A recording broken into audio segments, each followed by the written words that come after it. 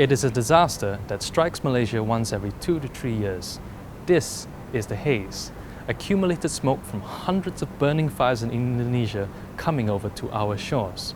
In 1997, the haze was so bad that it covered an area of 3 million square kilometers, nearly 10 times the size of Malaysia. Hospitals and clinics back then were full of people seeking treatment for their asthma and breathing problems. It got so bad that some even left the country looking for clearer skies elsewhere.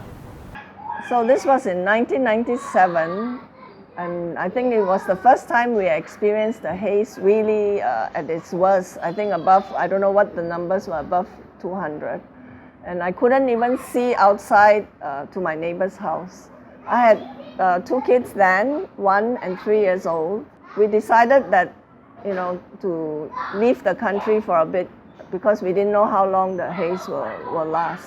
So together with my 2 small children, my godmother and her grandson, the 5 of us, we left for Phuket in Thailand. I remember that flight very clearly. As soon as we flew above, there was a thick haze covering the ground. And on the plane, there were also many families taking the small kids away, not knowing how long this haze will last. But because it happens now year after year after year, people kind of resign to the fact that it will happen, and that they will not react to it by taking the kids away and just living with it. High levels of pollution were recorded all over Malaysia. In Kuching, the air pollution index climbed to 839, more than 500 points past the official hazardous level. Visibility was poor, affecting land, sea and air travel. Industries had to run on special haze conditions, and schools in some places were shut down. It was later found that slash and burn techniques used to clear land quickly and cheaply, used in Kalimantan and Sumatra, were the cause of the haze. It would not be the last time that Malaysians would see the haze. In 2005, it was back with a vengeance. In fact, back then it got so bad that a state of emergency had to be declared over the country's largest shipping port, Port Klang.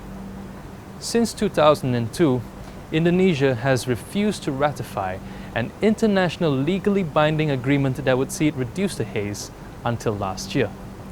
This year, however, it deposited its instrument of ratification over the agreement to the ASEAN Secretary General, making this official.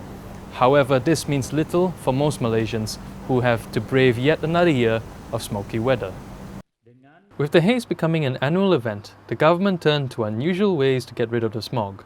In 1997, Science, Technology and Environment Minister Datuk Loh Hieng Ding said Malaysia was looking into a Russian-made cyclone maker that could supposedly create artificial storms to clear the haze. Obviously, that didn't happen. It is now September 2015 and a different kind of cyclone is raging near the Philippines, dragging winds and haze from Indonesia over to Malaysia.